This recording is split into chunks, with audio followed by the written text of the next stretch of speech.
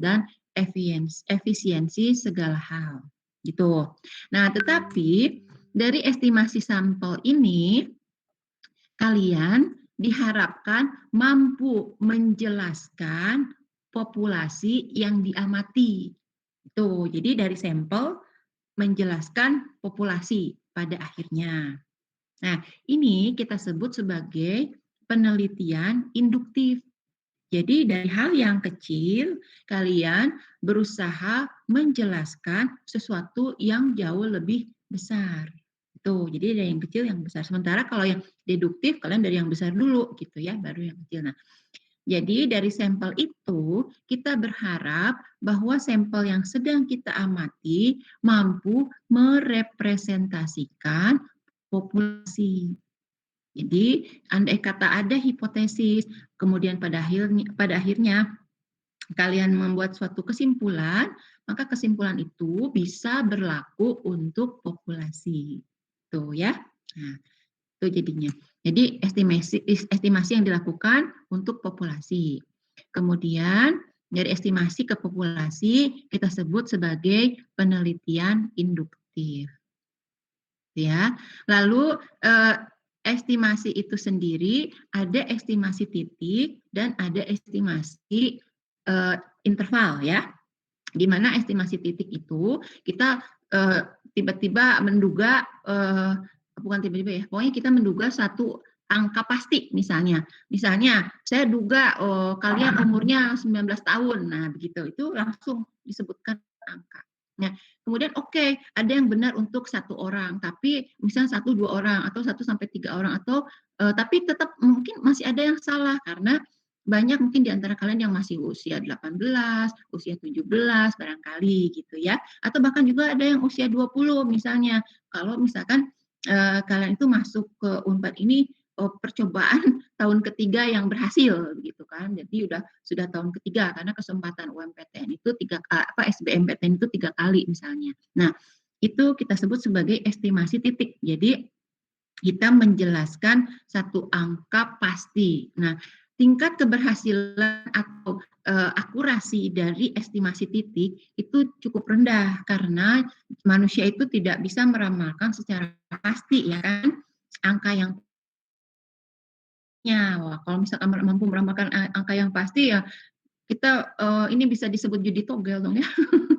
Nah, judi togel kan itu si penjudinya tuh harus menentukan sekian angka yang pasti begitu kan. Nah, semakin banyak angka pasti yang ditentukan maka hadiahnya semakin besar. Wah, kayak cenayang dong ya.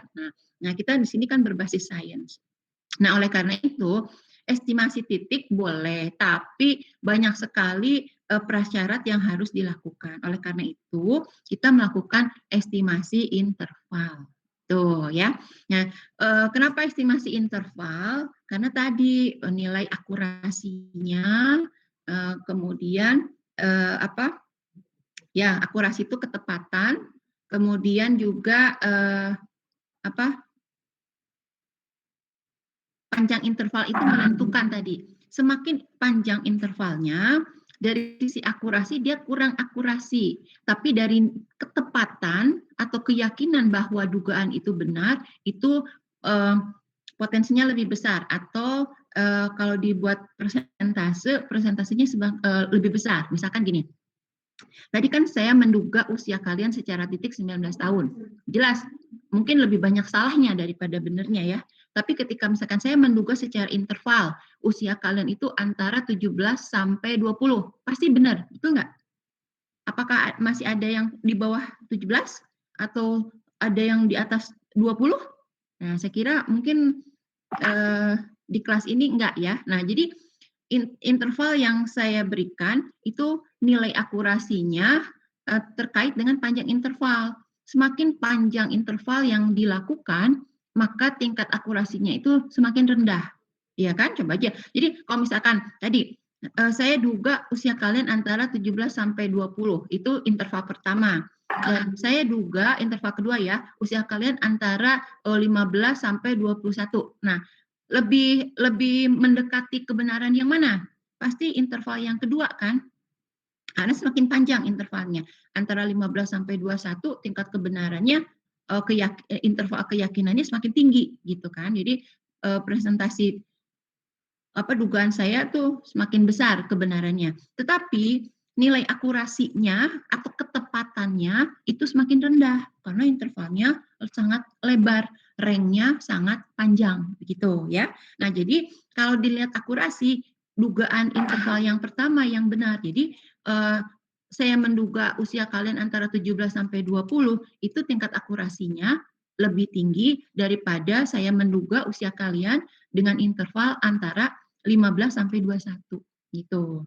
Tapi tingkat keyakinannya itu lebih benar yang 15 sampai 21 tingkat keyakinan gitu. Nah, sehingga dalam estimasi ini tadi kita harus mengakomodasi atau ini wajib mengakomodasi tingkat keyakinan tadi atau potensi kesalahan yang mungkin terjadi dan semakin kecil itu semakin bagus. Sebentar ya.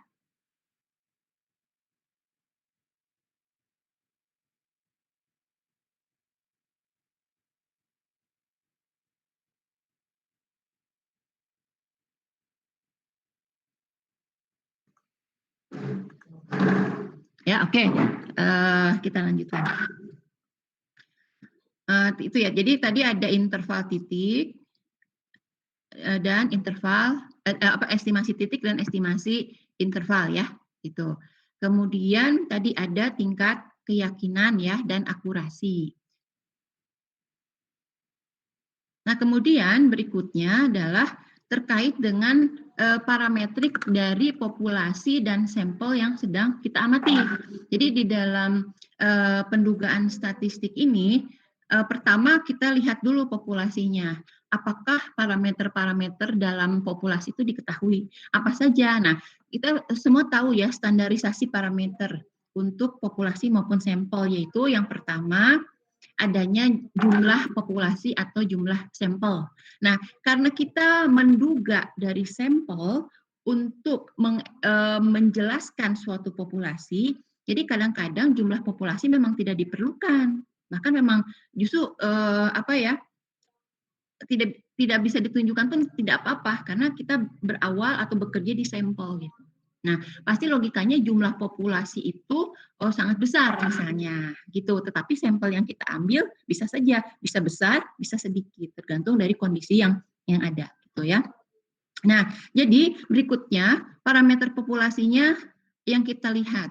Parameter populasi ini diketahui atau tidak seperti jumlah populasi, kemudian rata-rata populasi ya, lalu simpangan baku populasi.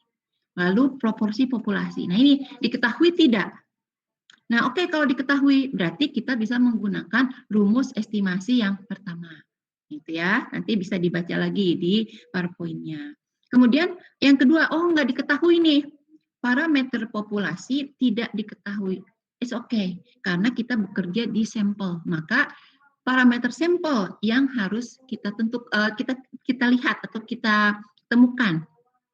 Ada nggak di situ parameter sampel yang secara spesifik dijelaskan, yaitu jumlah sampel, kemudian rata-rata sampel, kemudian simpangan baku sampel, kemudian proporsi sampel. Nah, kalau sudah ada, ya sudah kita kerjakan dengan teknik atau rumus yang kedua.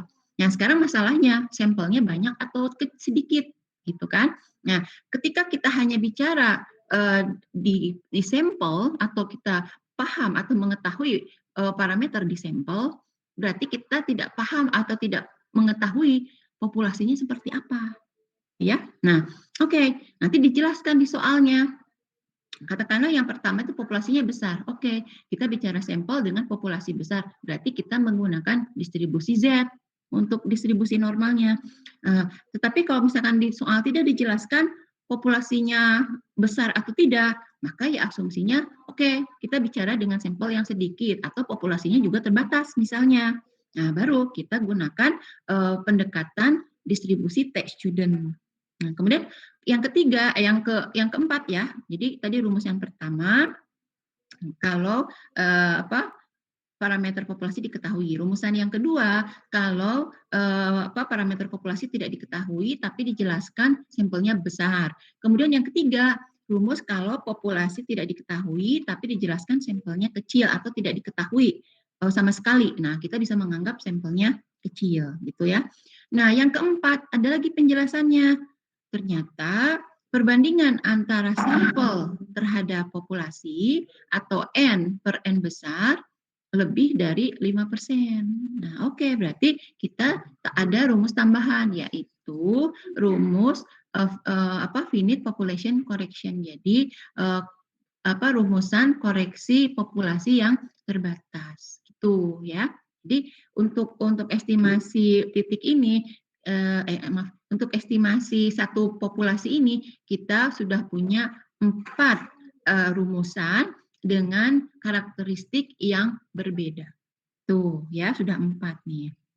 Itu untuk mencari estimasi rata-rata saja. Lalu bagaimana dengan proporsi? Nah, proporsi pun hampir sama ya.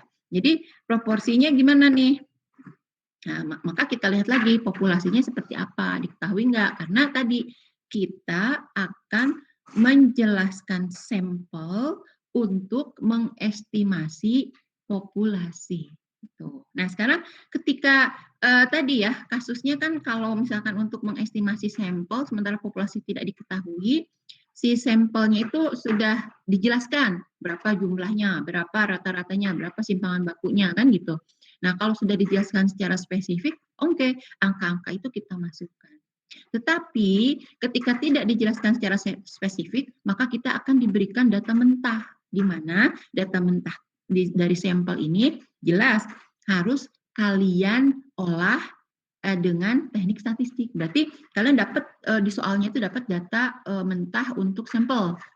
Nah, kalau begitu ya kerjakan dengan kalkulator untuk mencari rata-rata dan simpangan baku dari sampel. Nah, baru nanti selanjutnya gunakan rumusan-rumusan yang tadi, gitu.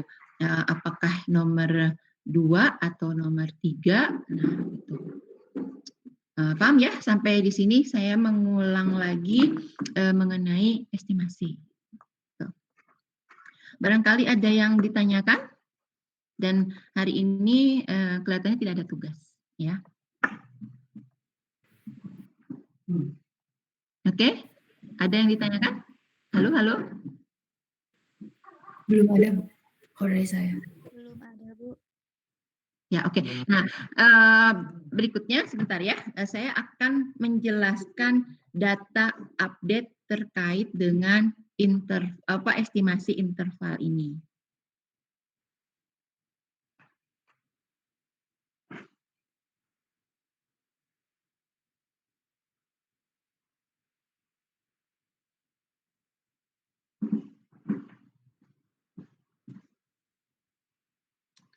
Ya, saya sudah share di WAG kalian ya statistik ini, tapi saya juga akan tunjukkan melalui GMAT ini ya.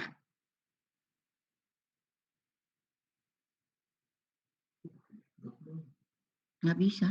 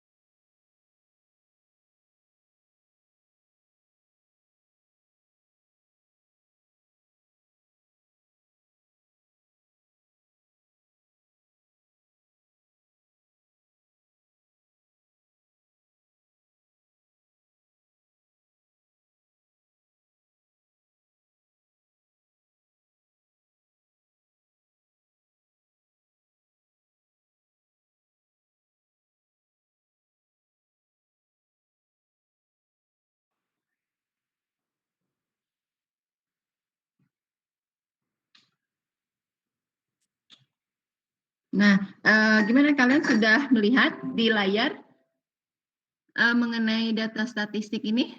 Sudah, Bu.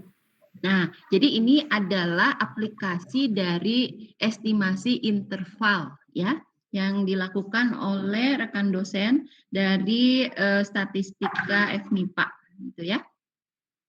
Nah, jadi kita bisa melihat ini adalah ya kalau istilah sainsnya adalah estimasi, tetapi untuk istilah populernya adalah prediksi. Karena masyarakat lebih paham dengan kata prediksi dibandingkan dengan kata estimasi. Nah, gitu ya. Nah, di sini kita akan lihat nih, ini adalah hasil-hasil estimasi untuk data total kasus COVID-19 di Indonesia ya. Tuh. Bahkan di Asia ya, top 10 total kasus Asia. Jadi tidak di Indonesia saja, tapi di Asia. Tapi memang yang terbesar kan di Indonesia ya. Hingga puncaknya kemarin itu pada hari Sabtu ya, kita sudah tembus 4.000 orang yang positif terinfeksi COVID-19 ini. Di mana alasan bisa 4.000 itu pertama karena uji swabnya sudah massal ya, lebih banyak, dan memang orang sekarang sudah berani untuk langsung ke dokter memeriksakan diri terkait dengan kemungkinan terinfeksi COVID. Jadi sekarang orangnya tuh sudah berani gitu ya. Kalau dulu kan kayak takut atau malah ditutup-tutupi gitu ya. Dan sekarang mereka lebih terbuka gitu. Jadi katanya alasan kenapa bisa sampai ke titik puncak angka 4.000 itu kasus hari Sabtu karena uji tes COVID secara massal dengan swab itu sudah semakin masif, dan tadi orang-orang yang terinfeksi juga berani gitu ya untuk memeriksakan diri yang merasakan gejala-gejala yang ada kalau terinfeksi COVID-19 ini. Nah, sekarang kita lihat nih estimasi dari total kasus dan kasus aktif ya. Ini estimasi ini dari mana? Nah, sebelumnya jelaskan orang-orang statistik ini sudah mengumpulkan data-data total kasus dari sejak pertengahan Mei lalu begitu ya, sampai terakhir ini, kasus terakhir. Nah, kalau misalkan kita memprediksi nih di sini ya, mereka memprediksi yang pertama di layar ini itu tanggal 2 sampai 8 Agustus. Artinya mereka sudah punya data sebelumnya. Jadi artinya si data COVID ini sudah mereka pegang sejak awal kejadian, misalkannya pokoknya data yang sudah terekam sekitar Maret ya, pertengahan Maret itu sampai dengan Juli. Nah, jadi dari data-data Juli itu maka kita bisa kita bisa memprediksi ke depannya. Nah, jadi prediksi untuk tanggal 2 atau estimasi untuk tanggal 2 sampai 8 Agustus itu berdasarkan data sebelumnya. Lalu pada data tanggal 2 sampai 8 Agustus ini digunakan untuk prediksi berikutnya, dan seterusnya. Jadi kayak kumulatif gitu ya. Nah, sehingga ternyata hasil prediksi ini itu akurat dengan data aktual. Gitu ya. Nah, ini masalah prediksi ini kan tadi ya, dia menggunakan populasi yang tidak terbatas, kemudian tadi bisa menghitung dari simpangan baku, baik populasi maupun sampel, begitu ya. Nah, penjelasan secara detailnya tidak perlu kita bahas di sini, tapi tadi ya dengan asumsi-asumsi atau teori-teori estimasi tadi, maka dengan estimasi ini ternyata akurat dengan nilai aktualnya. Nah, kita lihat di sini, kalian bisa hitung ya, semakin lebar dari rentang estimasi yang dilakukan, tingkat akurasinya semakin tepat ya, gitu. Jadi tingkat akurasinya semakin tinggi. Nah, kemudian ini di sini juga belum dijelaskan ya, atau tidak dijelaskan berapa sih tingkat keyakinannya. Jadi alfanya berapa? Kesalahan yang mungkin terjadi berapa? Nah, kalau misalkan kita menganggap rata-rata, maka misalkan katakanlah alfanya itu 5%. Nah, alfa 5% berarti tingkat keyakinannya 95%. Jadi artinya si estimasi ini diprediksi dengan tingkat keyakinan 95% benar. Jadi artinya dari 100 populasi yang sedang diamati, 5-nya salah gitu ya. Dan ternyata kita lihat nilai aktualnya. Nah, semuanya berada di rentang ini, tetapi kalau bisa diamati ya di sini kita lihat angka aktualnya itu hampir mendekati angka prediksi akhir atau angka batas tertinggi dari hasil prediksi ini. Nah, berarti kan tetap ya akurat tetap gitu. Nah, tetap masih ada dalam rank itu. Jadi semakin lebar rank atau semakin lebar interval estimasi yang dilakukan, jelas tingkat keyakinan bahwa si angka aktual itu akan sesuai itu lebih tinggi. Tapi tingkat akurasinya itu rendah. Nah, tapi di sini kita lihat ini jelas ya, tingkat akurasinya sangat tinggi gitu. Nah, ini ada sekitar di tengah-tengah begitu ya. Ini ada tengah-tengah, ini agak-agak menjelang akhir gitu ya. Lalu ini juga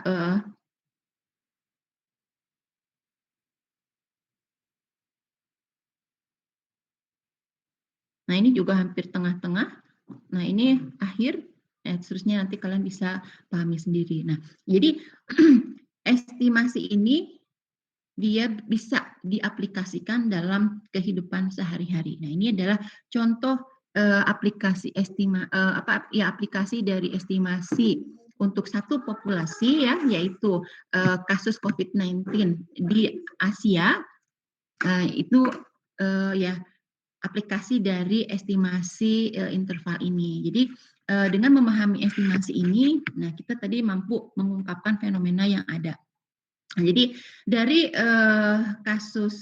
dari sampel yang dimiliki ya, maka kita bisa menjelaskan populasi yang sedang terjadi. Dan berikutnya kita mampu mengestimasi atau meramalkan atau memprediksi di masa yang akan datang, gitu ya. Nah, ini data ini dirilis minggu lalu, ya. Kalau tidak salah dirilis sekitar hari Sabtu yang lalu ya. Nah, kemudian diprediksi untuk minggu depan ya kan, maksudnya minggu depan dari hari Sabtu lalu, yaitu mulai dari tanggal 20. Nah, berarti hari ini itu termasuk kan, karena kita pada tanggal 22 ini ada di rentang ini.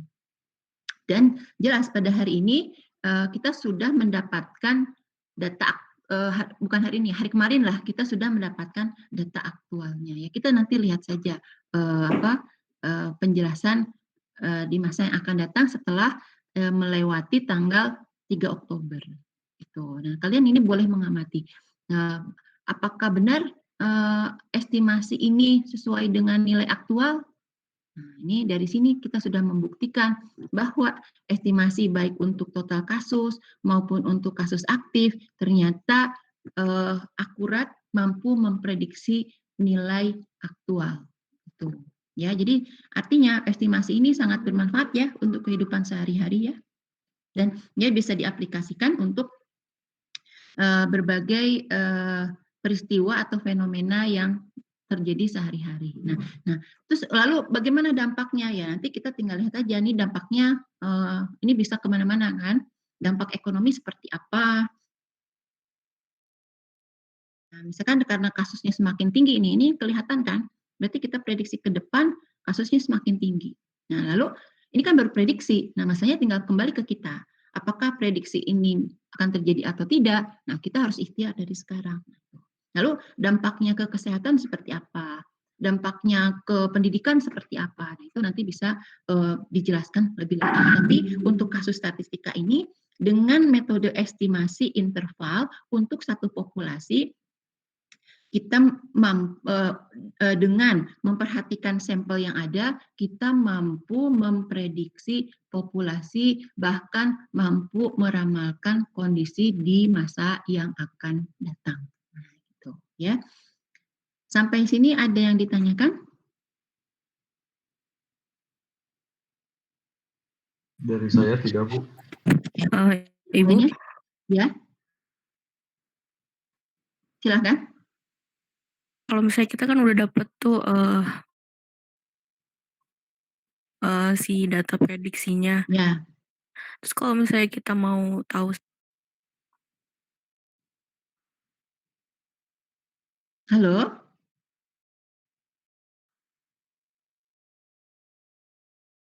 Halo? Ya? Masih terkoneksi?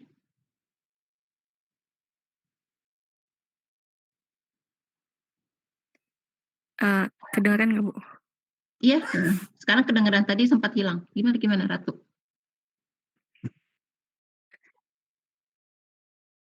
Kalau misalnya kan kita udah dapat tuh data prediksinya antara range dari tadi berapa sampai berapa. Nah, Ya. buat nemuin si aktualnya itu kayak gimana, Bu? Ya, kalau menemukan aktualnya, berarti kan kita mengumpulkan data lagi. Jadi, kalau misalkan kalian punya aplikasi lain, misalkan, itu di Line itu kan setiap hari ada update angka data aktual yang terinfeksi COVID, baik yang kasus aktif maupun yang positif atau yang meninggal bahkan ya, gitu. Nah, itu baru kan kalau data aktual itu baru diketahui setelah kejadian, gitu. Jadi nanti kalau misalkan ingin mengetahui data aktualnya, ya kita tunggu saja. Kalau misalkan mau data aktual, katakanlah untuk seluruh dunia, bisa kita lihat di Webmetric untuk Webometric untuk kasus COVID ini, ya bisa kalian lihat di internet dan bisa kita hitung di untuk kasus Asia. Nah, Asia ini apa saja? Nanti di situ ada ketentuannya. Biasanya yang warna kuning Asia gitu. Jadi meliputi India, Cina, Taiwan, kemudian Asia Tenggara, Asia Timur, Asia Barat. Nah, itu adalah Asia gitu untuk melihat data aktualnya. Tapi artinya berarti kita harus menghitung sendiri gitu. Paham ya? Nah, data aktual akan bisa kita dapatkan setelah selesai kejadian. Jadi kayak data aktual hari ini tanggal 22 September, maka kalian baru bisa melihat data ini besok. Makanya di Indonesia ya, kalau kalian nanti meneliti dan membutuhkan data, katakanlah dari BPS ya, kalau zaman saya dulu, kita baru bisa mendapatkan buku data total ya, misalkan data Kota Bandung keseluruhan ya. Nah, itu buku data Kota Bandung untuk tahun 2020 ya misalnya, itu baru bisa kita dapatkan tahun 2022. Wow, iya kan?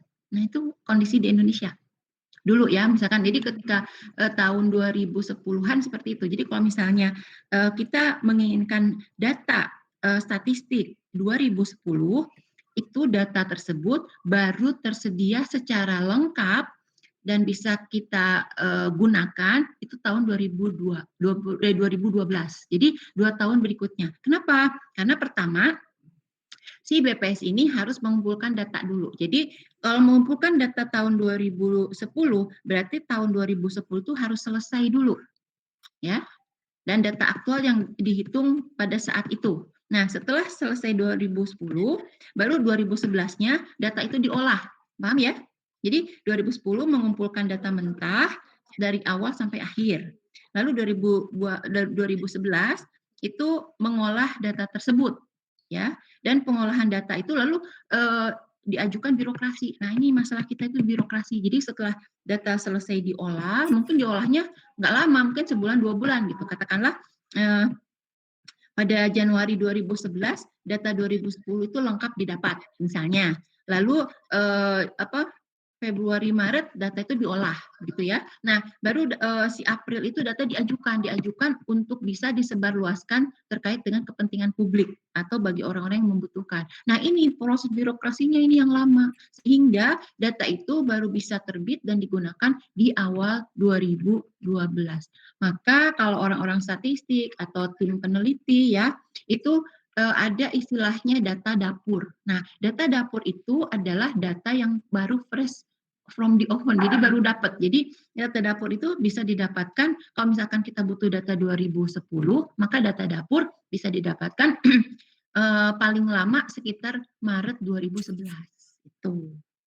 Nah, sekarang kan sudah digitalisasi ya.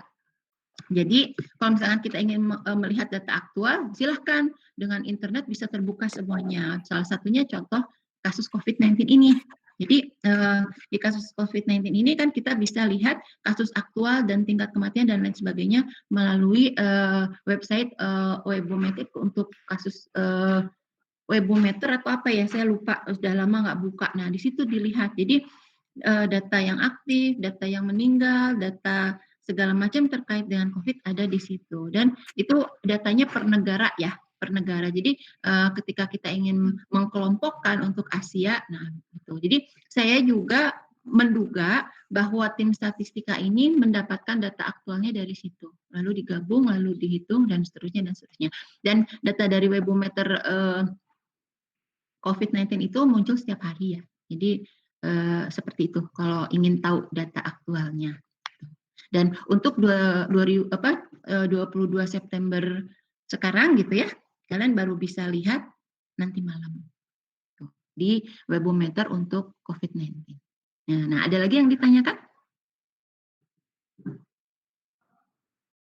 Gitu ya, Ratu. Mungkin ada lagi pertanyaan berikutnya atau yang lain bisa ditanyakan terkait dengan estimasi? Ya, siapa? Safa, Bu. Oh ya, Safa gimana?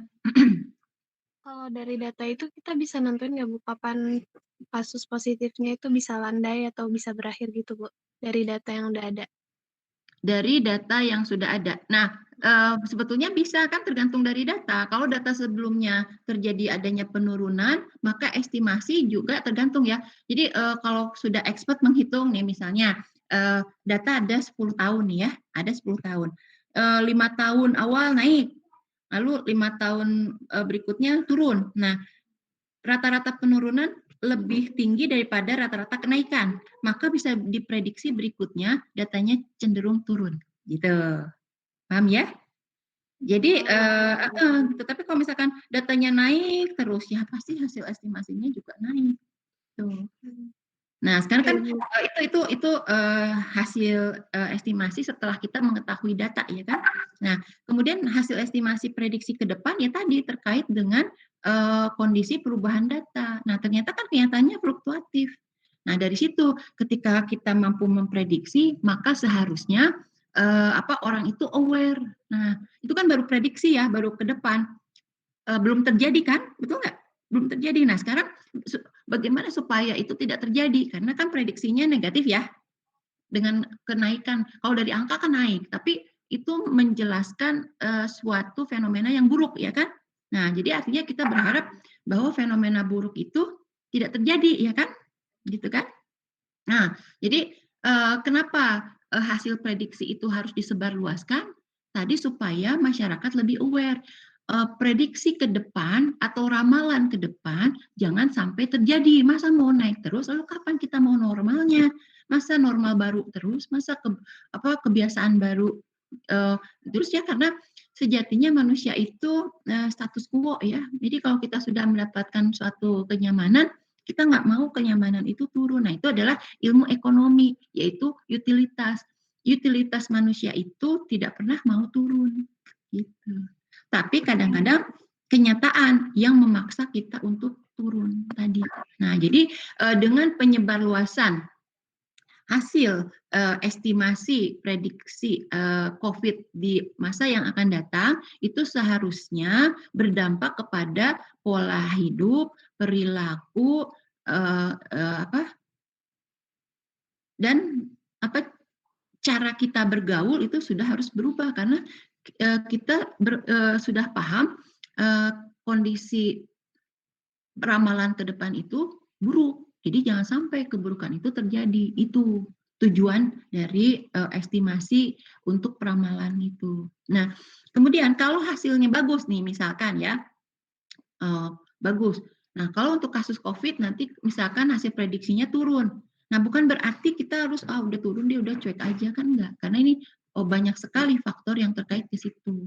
Tapi kalau di pembangunan misalkan prediksi ke depan ini growth-nya naik gitu ya, pertumbuhan ekonomi naik. Nah, berarti kan bagus di situ ada improve, ada peningkatan kebijakan, ada tingkat pendapatan masyarakat yang naik dan sebagainya dan sebagainya. Gitu. Kalau untuk ramalannya yang bagus.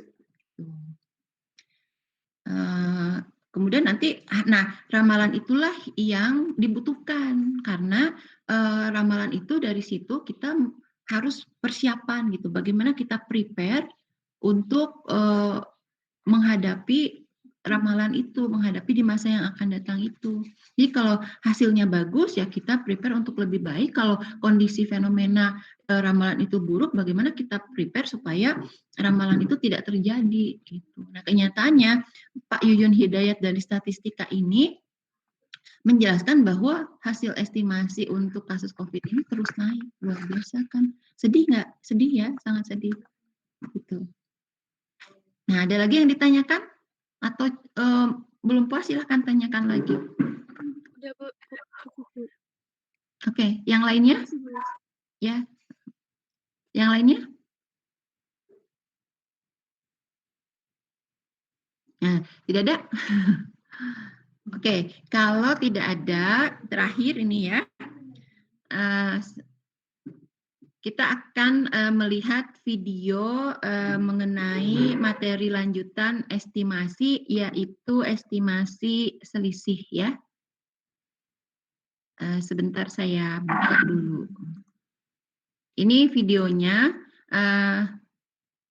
sudah saya upload ya di Google Classroom dan bisa kalian lihat. Warahmatullahi wabarakatuh. Bertemu lagi dengan saya.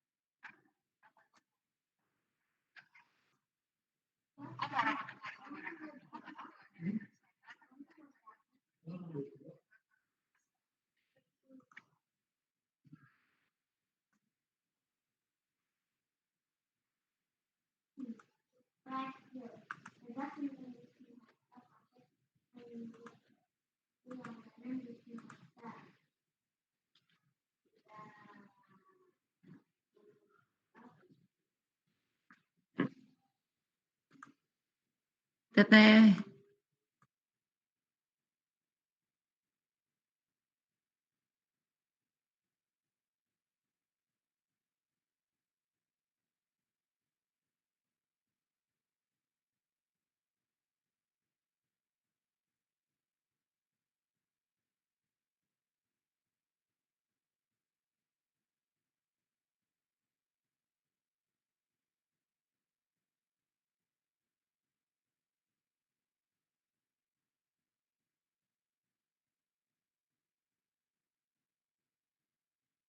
Statistika induktif, lanjutan daripada contoh soal pendugaan parameter. Nah, kali ini kita akan bahas mengenai contoh soal pendugaan parameter untuk beda dua rata-rata dan beda dua proporsi. Yang sebelumnya kita udah bahas mengenai pendugaan parameter rata-rata dan proporsi. Itu Gimana ini videonya sudah kelihatan? Terlihat, Bu. Oke, Sudah, saya Bu. ya, saya play ya. Kita bahas Silahkan mengenai di pendugaan parameter ini ya, untuk satu populasi. silahkan ditonton dan dipahami ya. Nanti setelah ini kalian bisa tanyakan. Nah, saat ini kita akan bahas mengenai pendugaan parameter untuk dua populasi. Oke, ini secara umum kita udah bahas di teori singkat pendugaan parameter. Ya, bentuk umum daripada pendugaan interval beda dua rata-rata dan pendugaan beda interval beda dua proporsi seperti ini. Jadi akan kita taksir nanti akan kita hitung nilai yang bagian ini yang kita sebut dengan theta 1 dan bagian yang paling kanan kita sebut dengan theta 2 ya. Begitu juga dengan proporsi, ini theta 2, yang ini adalah theta 1. Nah, yang nanti akan diduga, jadi beda dua rata-rata itu adalah yang mu1 kurang mu2. Nah, ini akan kita duga posisinya itu berada pada selang berapa sampai berapa ya. Yang diketahui interval kepercayaannya adalah sebesar 1 kurang alfa. Bisa saja 1 kurang alfa yang ditanya itu 90% interval kepercayaan, bisa 96, 80, 85 dan seterusnya ya. Lalu berikutnya di proporsi juga demikian. Interval yang akan kita duga selangnya itu adalah beda dua proporsi yaitu P1 dikurangi dengan P2. Ya, ini adalah parameter proporsi untuk populasi ya, dua populasi yang berbeda. Nah, yang akan kita hitung adalah theta 1 di bagian paling kiri dan theta 2 bagian paling kanan. Nah, di sini yang dalam menghitung langkah-langkah theta 1 dan theta 2 kita harus tahu dulu pertama adalah kita akan mencari nilai alfa ya. Yang kedua kita akan menghitung Z alfa per 2 ya. Lalu berikutnya kita akan hitung kalau misalnya untuk beda dua rata-rata kita akan hitung selisih dari dua rata-rata dari sampel ya. Kalau untuk proporsi kita akan menghitung selisih dari dua proporsi sampel yang kita ambil dari populasi tersebut. Lalu berikutnya kita akan hitung simpangan baku masing-masingnya. Ya, simpangan baku kalau untuk beda dua rata-rata kita akan menghitung simpangan baku sampel beda dua rata-rata yaitu sigma S bar 1 kurang S bar 2. Sedangkan untuk yang beda dua proporsi kita akan menghitung simpangan baku dari sampel P1 bar kurang P2 bar ya. Nah, untuk berikutnya kalau kita perhatikan rumusnya antara theta 1 dan theta 2 yang membedakan hanya tanda positif dan negatif. Kalau theta 1 kita kurangkan, kalau theta 2 kita tambahkan. Begitu juga dengan dua proporsi ya, sama.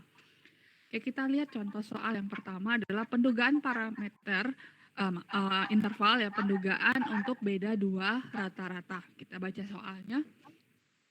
Ujian statistika diberikan kepada dua kelompok mahasiswa yaitu kelas A dan kelas B, di mana kelas A sebanyak 75 orang dan kelas B sebanyak 50 orang.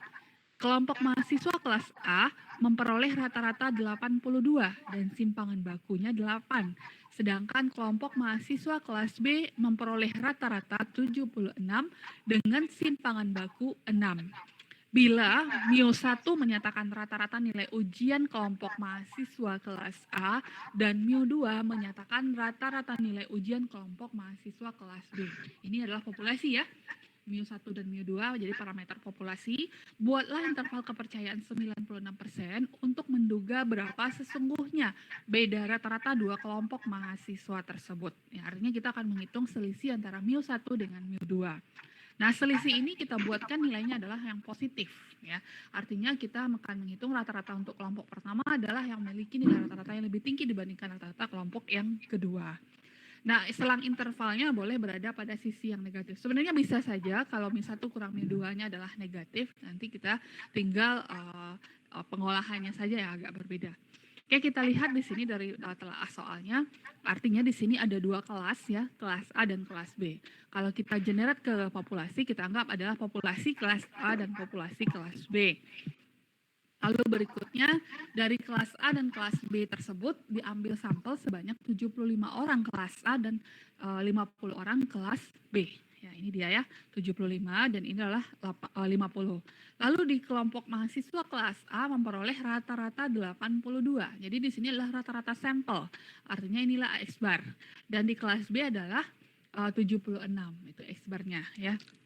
Sedangkan simpangan baku karena yang diketahui bukan populasi, yang diketahui adalah simpangan baku sampel, itu nilainya adalah 8 untuk yang kelas A dan yang B adalah 6. Karena populasi nggak diketahui, jadi simbolnya bukan sigma lagi. Simbolnya adalah kita beri nilai simbol S. Ya. Nah, berikutnya 96% ini adalah 1 kurang alfa. Artinya nilai alfanya adalah 1 kurang 96%, yaitu 4%.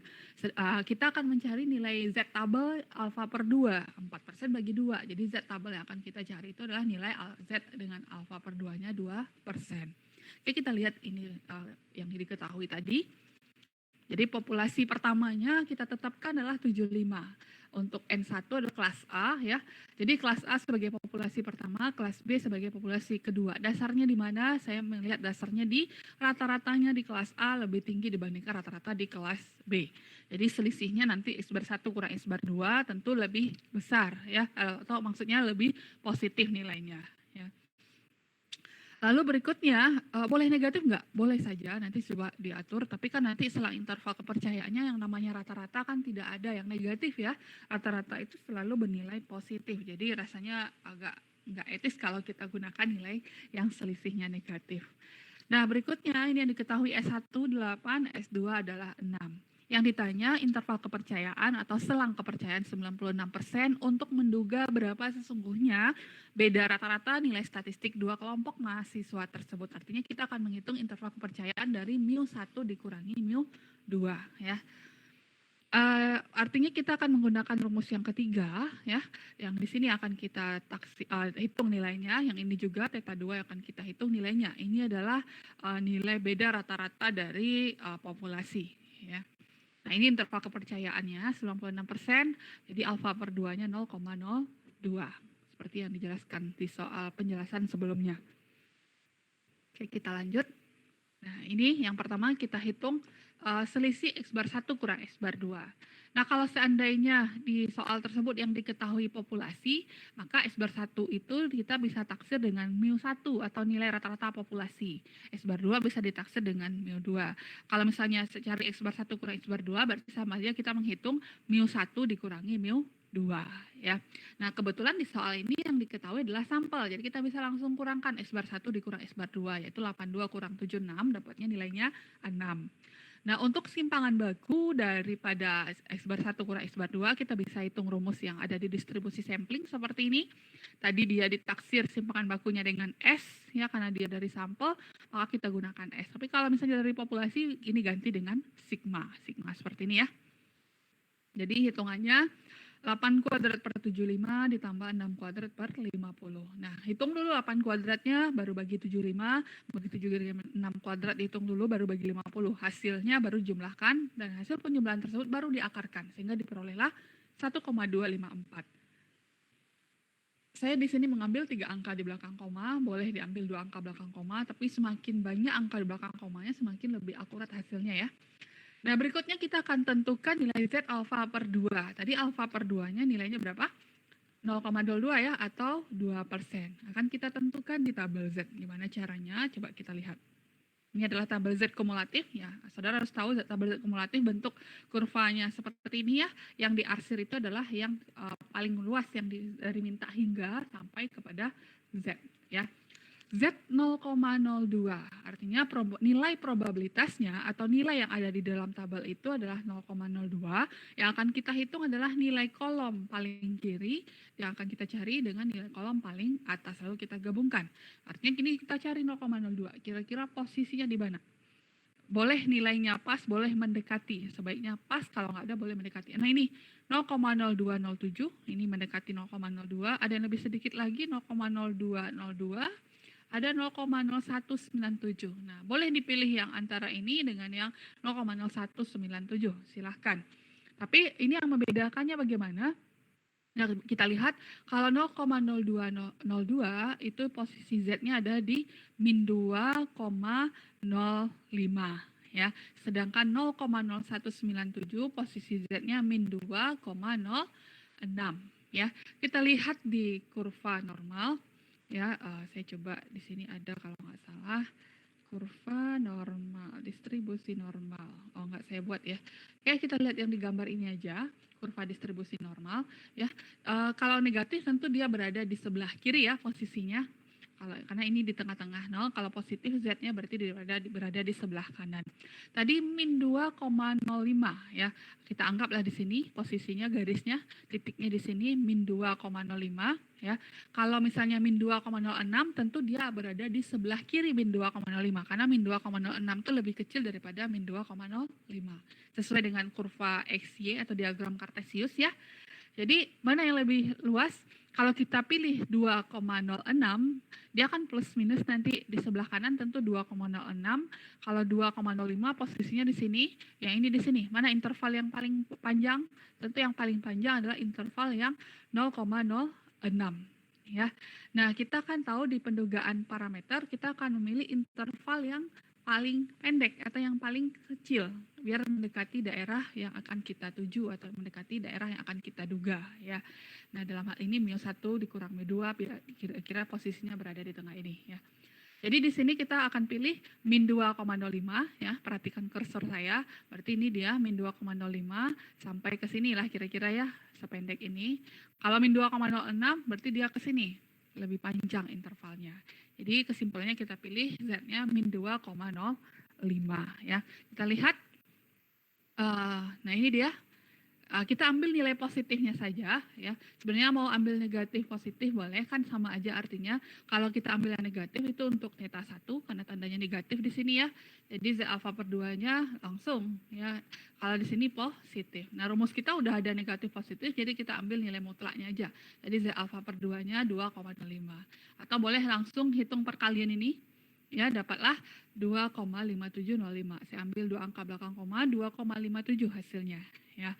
Lalu berikutnya tinggal kita masukin 6 dikurang 2,57, 6 ditambah 2,57. Jadi interval kepercayaan dari pendugaan kita terhadap beda dua rata-rata atau μ1 kurang μ2 itu berada antara 3,43 sampai 8,57 ya.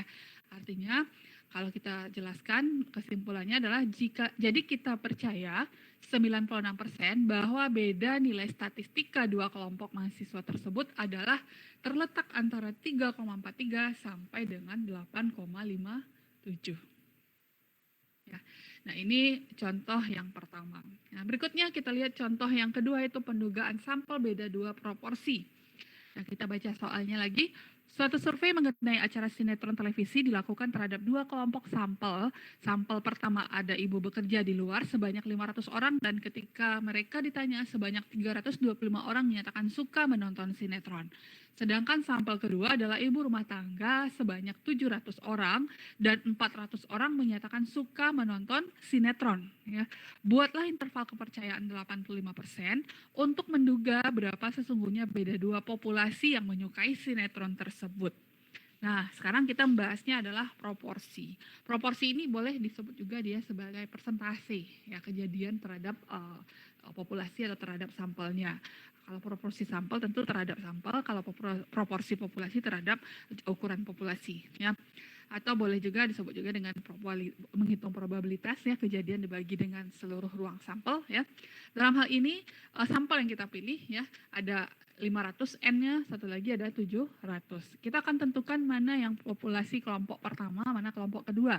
Yaitu dengan menentukan nilai proporsi yang paling tinggi itu sebagai kelompok pertama, proporsi yang paling rendah sebagai kelompok kedua ya.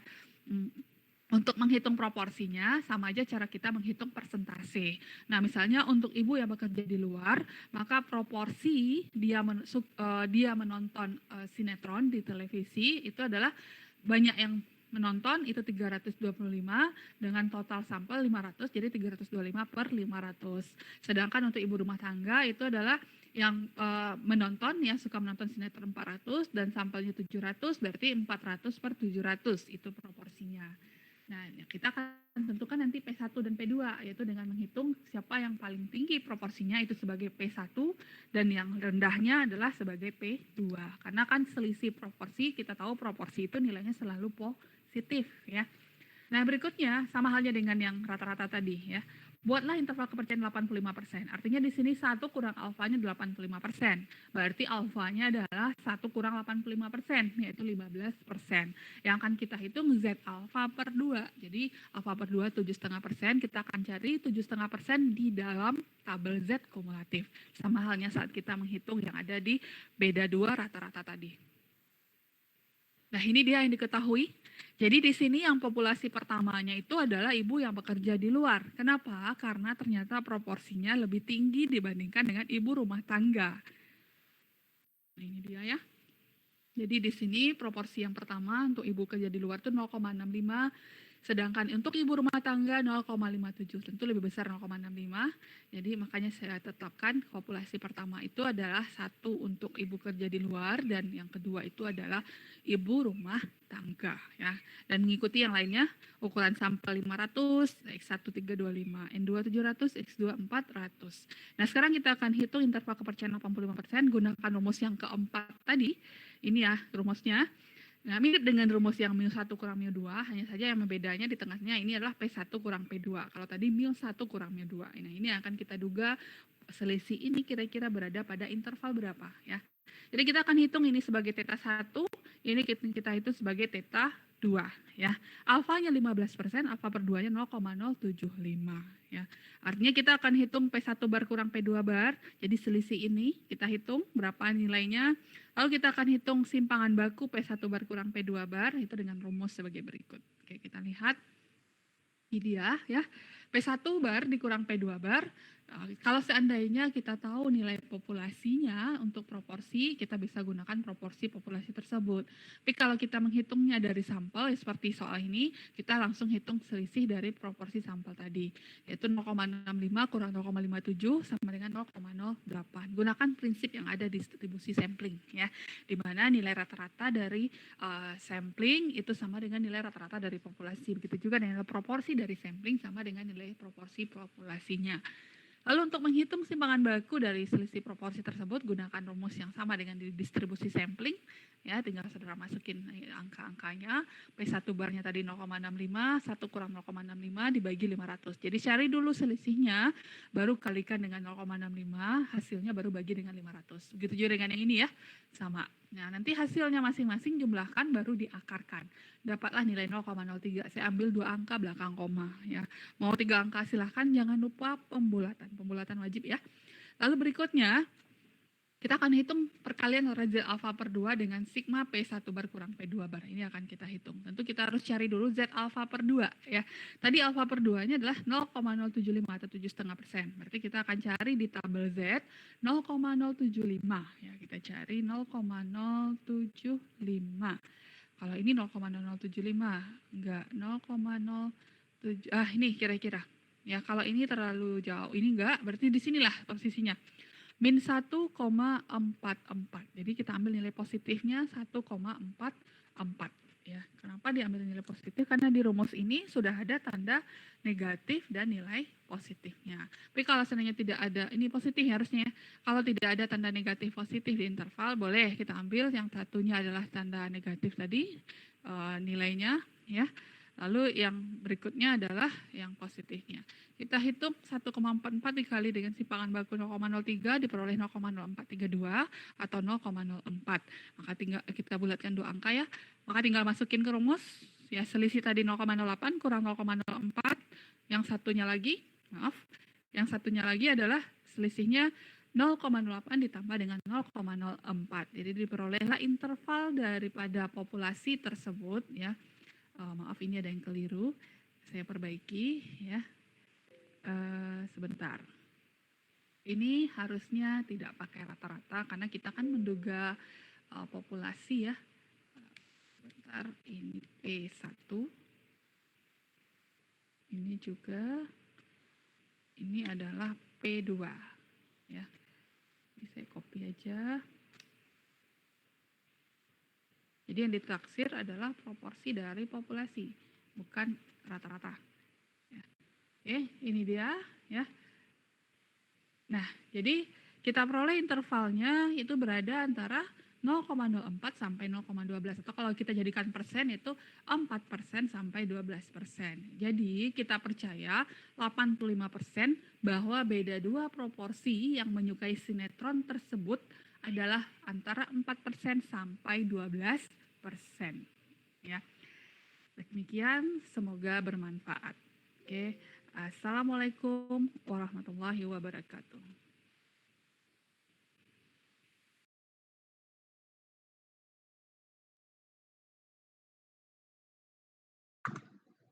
Ya, demikian ya. Tadi kalian sudah lihat video pembelajaran mengenai estimasi selisih untuk rata-rata dan selisih untuk proporsi ya.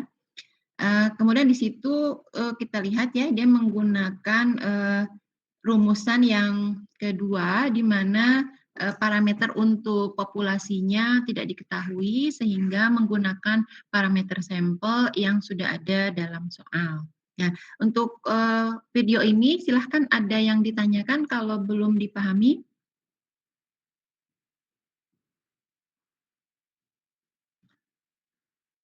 Nah, jadi kita itu dengan memiliki sampel yang ada yang sedang kita amati, diharapkan kita mengestimasi populasi yang sebenarnya. Jadi artinya sampel yang sedang kita pelajari atau yang sedang kita amati mampu menjelaskan atau merepresentasikan populasi yang lebih besar, gitu ya. Jadi dalam hal ini kita sudah mempelajari semua materi estimasi, mulai dari estimasi titik, estimasi interval, kemudian estimasi untuk satu populasi, dan estimasi untuk dua populasi, atau kita sebut sebagai estimasi selisih ya. Baik, ada yang ditanyakan lagi? Halo? Halo? Sudah cukup dipahami, Bu. Ya. Nah, oke, kalau sudah cukup dipahami, insya Allah nanti dari praktika juga kalian akan mendapatkan tambahan ilmu lagi selain untuk menyelesaikan soal-soal ya. Nah, untuk menyelesaikan soal-soal, saya ingatkan lagi ya. Pertama, kalian harus paham betul ini soalnya tentang apa, kemudian parameter-parameter apa saja yang ada di soal itu. Jadi jelaskan apa yang diketahui seperti tadi untuk soal interval selisih rata-rata yang diketahui adalah jumlah dari sampel populasi A atau jumlah sampel A, kemudian jumlah sampel B, kemudian rata-rata A, rata-rata B, simpangan baku A, simpangan baku B, dan alfanya atau tingkat kesalahan dari data yang sedang diamati. Nah, ini tingkat kesalahannya kan tidak umum ya. Yang umum itu kan yang 1%, 5%, dan 10%. Jadi kalau yang tidak umum ini, maka jelas untuk menentukan nilai Z-nya atau nilai T-nya ya, nilai Z ketika populasinya banyak, nilai T ketika populasinya tidak sangat terbatas. Nah, berarti kalian harus pandai juga membaca dari tabel ya. Daerah mana, apa yang dicari, apakah nilai Z-nya atau nilai peluangnya. Nah, nilai peluang itu ada di dalam tabelnya ya. Nah, kalau nilai Z-nya atau nilai T-nya ada yang di sebelah kiri atau di bagian atas, kiri dan atas untuk Z, kemudian yang untuk T ada di atas tabel. Nah, itu. Kemudian dari situ, setelah kalian menuliskan apa saja yang diketahui dari soal, lalu kalian harus paham apa sebetulnya yang ditanyakan, ya.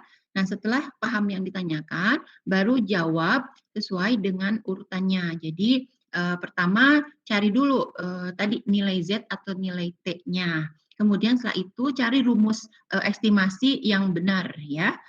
Rumus estimasi yang paling sesuai dengan contoh dengan soal yang ada. Kemudian hitung dengan teliti menggunakan kalkulator ya.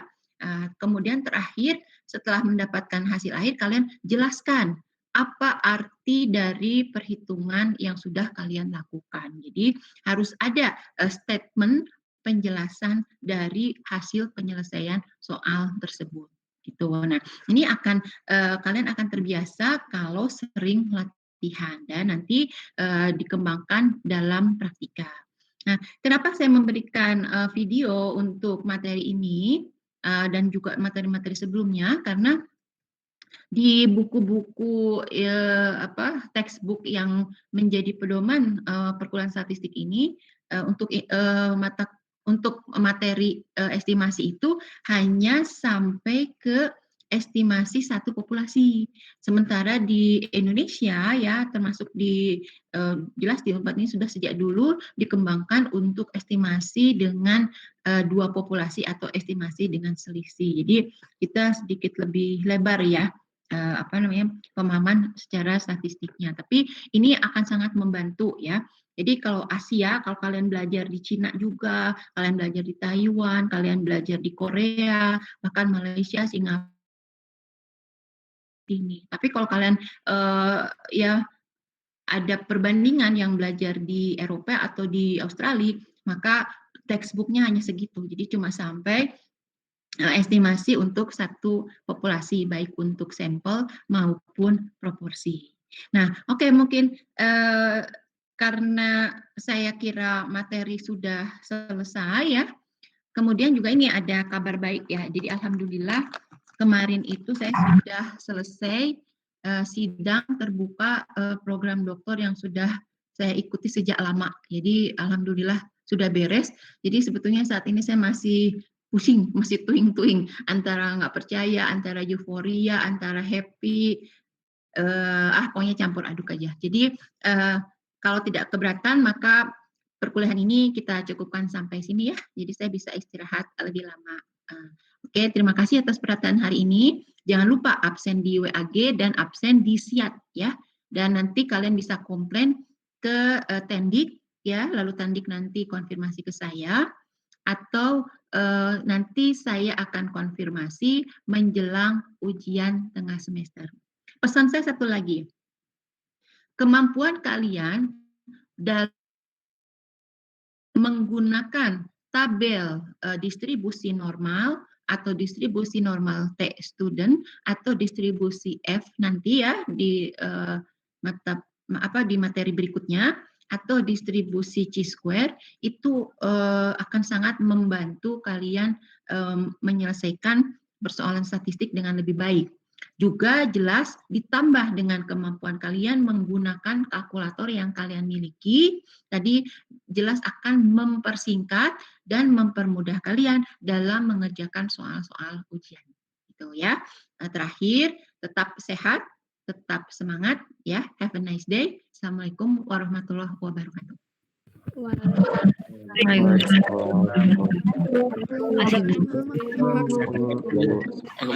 kasih, Bu.